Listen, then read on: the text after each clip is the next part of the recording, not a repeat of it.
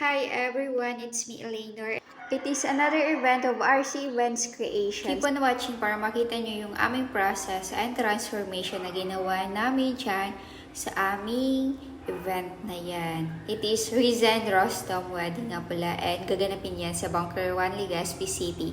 And nag-rent lang sila ng event place. And meron dyan na function hall na nirent sa Bangkaran, Legazpi City. Ayan. Andyan na kami sa Bangkaran, Legazpi City. Sa mga nanonood nga pala sa akin dito sa YouTube channel ko, please don't skip the ads po. Thank you po. Ayan, dyan papasok yung function hall or event place. Ayan, na yung track na na-rent namin. Ayan, makita nyo naman na madami kaming dala.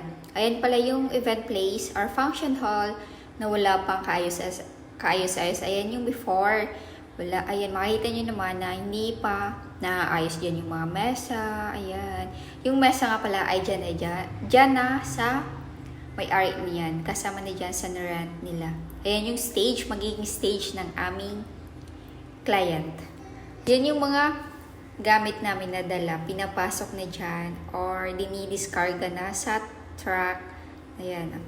Mga basa na dyan since maulan. Nabasa na yung mga gamit namin. And yung mga panel board nga pala ay binalutan na ng mga tela sa bahay namin. Kaya makita nyo dyan sa aking video na nakaayos na yan. Para madali na lang yung pag-set up namin dyan. Yung mga panel boards nga pala ay sineset up na dyan. After ma-set up ay una nang ginawa dyan ay yung paglalagay ng ceiling namin. Hindi na yung flat na ceiling yung ginawa namin. Since ganyan, functional yan. Yung nilagay namin dyan ay ayan na yung Gina cloth na meron ng design. Ayan. And bali yung paglagay dyan ay ginaganta ko. Makita nyo naman sa aking video yung aming naging process ng paglagay dyan sa ceiling. Sineset up na dyan yung mga tables and chair. Ayan. Meron na rectangle na table and meron din sa gilid na round tables. And yung sa unahan ay sa presidential table yan. And yung sa gilid at sa hulihan ay sa mga ordinary guest nila. Yung ginagawa dyan sa table ay nilalagyan ng white na Gina cloth sa ibabaw. And naglalagay dyan ng table runner na ganyan na color. And yung motif nga pala ay ganyan color. Di ko lang alam kung ano talagang name ng ganyang motif. Basta ayan. Makita nyo naman sa aking video yung color. And after malagay yung mga tablecloth ay naglagay na, ayan na nga yung table runner. And nilalagay na din dyan yung seat cover.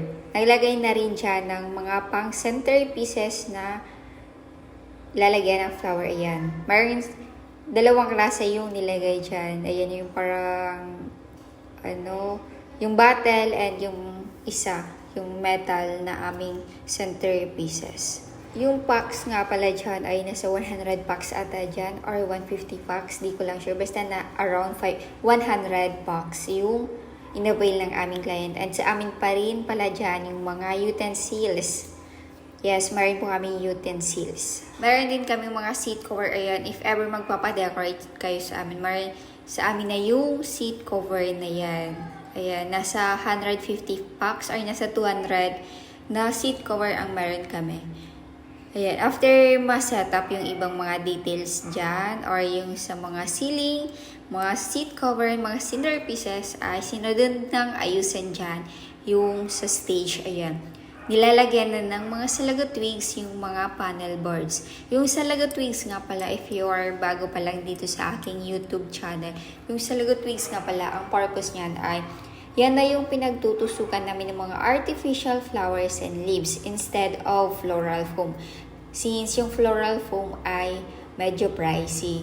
Ayan na yung ginagamit namin sa lagot twigs. Pero gumagamit pa rin kami ng floral foam. Pero kadalasan na ginagamit namin ay sa lagot twigs.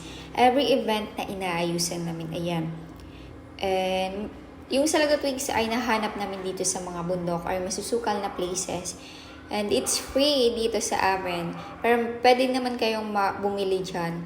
And if may time kami yung kumukuha. Pero this time ay nagpapakuha na kami sa ibang tao and nagbabayad na lang kami. Since wala kaming time and busy na rin kami. Yung mga flowers nga pala dyan ay mixed flowers yung ginagamit dyan. Merong small dahlia and yung cherry blossom na white. Ayan. Meron din na color blue dyan na ilalagay. Merong roses, mga big dahlia yung ginamit dyan. Ayan. If you are asking me if saan namin yan nabibili mga artificial flowers and leaves, sa Manila namin yan binibili. And yung iba naman ay dito sa mall, dito sa Legazpi City. Para karamihan, sa Manila namin yan dino-order. And nabili kami dito sa mall. If meron naman na magagandang flowers, ay ginagrab na namin yan or binibili na namin. Pero most of the flowers namin and artificial leaves ay from Manila. Ayan, mixed flower yung nilagay dyan. Marang blue, white. Makikita nyo man sa aking video. Next na ilalagay dyan ay yung couch. Pinaprint namin yan na elegant couch namin. Ayan. And sa package na inabil ng aming client ay kasama na dyan yung elegant couch. Ayan. Pero in case naman na mag-rent kayo, ay pwede naman na yung couch lang yung rent kasi pinaprint naman namin yan. And yung prices ng pag-rent ay depende po sa location ng inyong venue. Diyan nga pala sa panel board ay naglagay kami dyan ng LED lights. Yung color nga pala ng LED lights na nilagay namin ay warm white. Ayan. Inona dyan yung LED light na nilagay namin. And yung paglagay namin dyan ay mayroon kaming candy wire na ginagamit para mag-form yan na parang arc or mag-form na ganyan sa panel board. Sa mga taga-Albay nga pala ay kompleto na kami ng mga gamit. Mayroon kaming couch, and mga artificial flowers and leaves yung pag-setup dyan sa inyong venue, mga utensils, mayroon na rin po kaming food server. Dyan nga pala sa may gilid ng stage, yung sa may green grass carpet, naglagay dyan ng 4 na box, and yung purpose ng box na yan ay yung pinaglagyan ng artificial flowers and leaves. Ayan yung dahlia na makikita nyo yan na pink dahlia, white dahlia. Ayan, dyan yung boxes, dyan yung tinusok yung mga artificial flowers and leaves. Kaya naging ganyan yung form. Basta meron yan na nilagay na boxes. And yung boxes ay meron ng artificial or meron palang salud twigs. And yun nga, yung salud twigs ay pinagtutusukan ng artificial flowers and leaves. Nilalagay na rin pala dyan yung mga artificial leaves na gamit namin. And yung gamit namin dyan ay yung maliliit na leaves na mayroong white sa gilid. Pero marami kaming klase ng leaves na ginagamit. Pero dyan, ay yung ginamit namin dyan ay yung maliliit na leaves. Pero dyan lang sa unahan yung maliliit na leaves na ginamit namin. And meron din kaming ginamit na wisteria flower. Basta wisteria ata yun yung gamit namin dyan. Ayan, mixed flowers yung ginamit namin dyan. Next na gagawin namin dyan ay ilalagay na dyan yung calligraphy name na Rostom and Riza. Made of styrofoam lamang yan na ginagamit namin na calligraphy name. And yung gumagawa niyan ay yung kapatid ko na si Emily. Every event ay siya yung gumagawa ng mga calligraphy name and made of styrofoam lamang. Sa package nga pala na inavail ng aming client ay meron na ayan mga calligraphy name, elegant couch, yung setup sa venue nila, mga seat cover na 100 packs, mga utensils na 100 packs din. And meron na rin kaming food server na 4 dyan na food server. Ayan. Mga table napkins, mga centerpieces, and yung sa unahan nga pala entrance ay sineset up na dyan. Ayan. Meron na yung sa pang-entrance na gamit namin. And nilalagyan na dyan ng mga salagot twigs. Ayan. Lagi kami naglalagay ng salagot twigs. And yung gamit nga pala dyan ay ayan na sa pang-entrance and 2 panel boards. And yung 2 panel board nga pala dyan ay meron ng balot na satin cloth na ganyang color. Ayan. Ayan yung mga gamit na nilagay namin dyan sa entrance. 2 panel board. Yung sa entrance, ayan, na meron ng salagot twigs, 2 boxes, and yung sa welcome signage. Yung ginamit nga pala namin dyan na artificial leaves ay mix. Merong color blue na ganyang style and yung mga color green and meron din na white na leaves na nilagay dyan.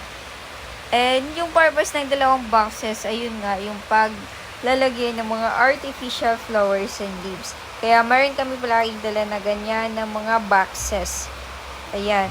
And yung mix color pala ng roses yung ginamit namin dyan.